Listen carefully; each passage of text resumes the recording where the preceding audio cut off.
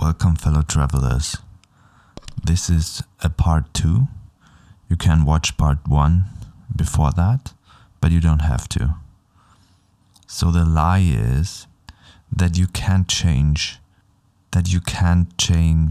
your reality, that you can't change your makeup of your body and mind, and you have to rely on whatever methods they approve at the given time. And all these things that you see in fiction, all these possibilities of energy, movement of energy, awareness, intuition, even in just a more practical sense, like a gut feeling, which is often discussed in like detective series, like very down to earth kind of guys that have very obviously these connections to their intuition, to their maybe sixth sense in a way. And so that's all, you can all encompass that, from the fighting aspect to the intuition to the mediumship and clairvoyance kind of thing, literally, that someone sees something. You can incorporate the whole schizophrenia thing, the hallucinations, visual, auditory. To that, I've heard that they've observed that sometimes the schizophrenics in like clinics and stuff, were observed that they're actually seeing or hearing the same entities. So like in a positive setting, this could be like an ayahuasca ceremony where this was also observed. So in many cases, this is not just imagination, at least if you have this kind of overarching concept of reality. If you have like a, let's say, spiritual, but also mystical and knowledge thirsty mindset, it all makes sense. The dots connect, and at various levels and at various places, or from various places to another place. And you can move around, metaphorically speaking, to also take on different perspectives. And if you see that from a different perspective, and maybe another thing is connected to that, or somewhat related, or feels or presents itself as pretty similar to you than the other thing, then there might be something to it. And oftentimes other people have already observed that. I think the key take on this would be, how can we utilize all of this knowledge for our advantage, use it for good, use it for our exit, our ascension, and use it to live a free life. And I think one very important thing about this is, I think it is intention and how much you act on that intention. So if you think some practice does something for you or helps you, to not only engage in that practice, but also utilize it in your day-to-day life. For example, the manifestation stuff, use it in accordance with your creation, with whatever you're doing or intending to do to, for example, live a freer life or outside of the system. If you're intending to better your well-being and health, and you're searching for these techniques, and everyone says they have the best technique, they are the best teacher, you have to join them or the other ones or whatever, it's kind of, and then other people say it's complete fiction, it's bullshit, whatever.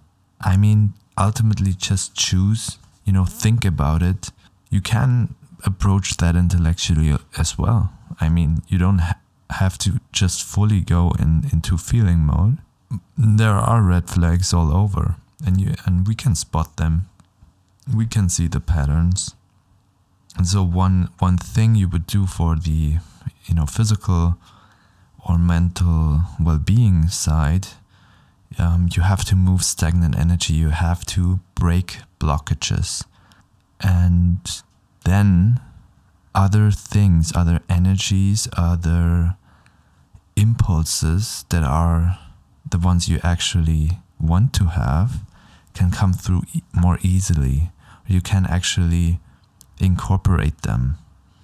But if there's stagnant energy, and this also could be thoughts, we have to move them either physically, with exercise, but also at the same time, with mental techniques, as well as the energy techniques like Qi, or, you could also go into the Kundalini yoga traditions or Tantra yoga traditions, which has more or less not much to do with the love-making poses or exercises they do, but they have a system of energy meditation similar to the Chinese traditions.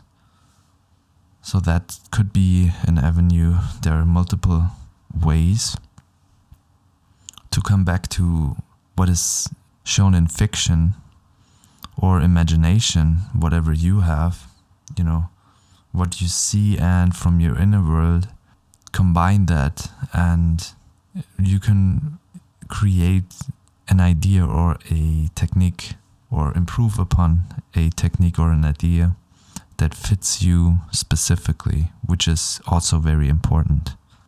As inspiration, we can use all these metaphors, all this fiction, especially older fiction, or not like a lot of modern movies have that since 2015 or something. Some do. There are also in animation like anime or donghua from the Chinese counterpart. There are a lot of more esoteric, more mystic, but also in a more science fantasy type ideas incorporated in them in a way. So you can draw from that all of the media, which doesn't represent reality very well, I think, but aspects of it are represented very well, and you can incorporate them. Even philosophical ideas are often discussed in these series. What comes to mind, for example, is Ginkgo, which is an anime that follows a guy who is basically a shaman who moves around historic Japan, mainly in rural areas and forests and nature, and mediates between humans and the natural spirit realm, like nature spirits and stuff, and also solves cases which are connected to these. And so there are a lot of inspirations on how something like nature spirits could work, but with a modern lens on a historical, cultural viewpoint or worldview. So it's like the interpretation of what they could have meant when describing these nature spirits and how to interact with them, made into an enjoyable piece of art that you can watch, and then you can subtract all the things that maybe don't make sense in our reality, and then you can add things that you've already learned to that, which make more sense and form a bigger picture, a better picture.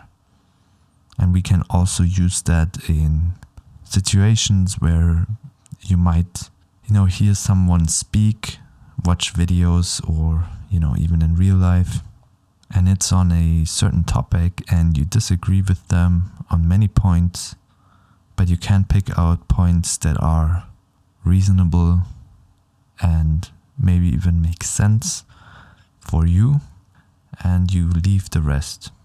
So use all of that, use all of these, use all the information, all the metaphors, all the knowledge to your advantage. On a practical note, what can be helpful to keep in mind when you're looking for new inspiration is what you want to achieve.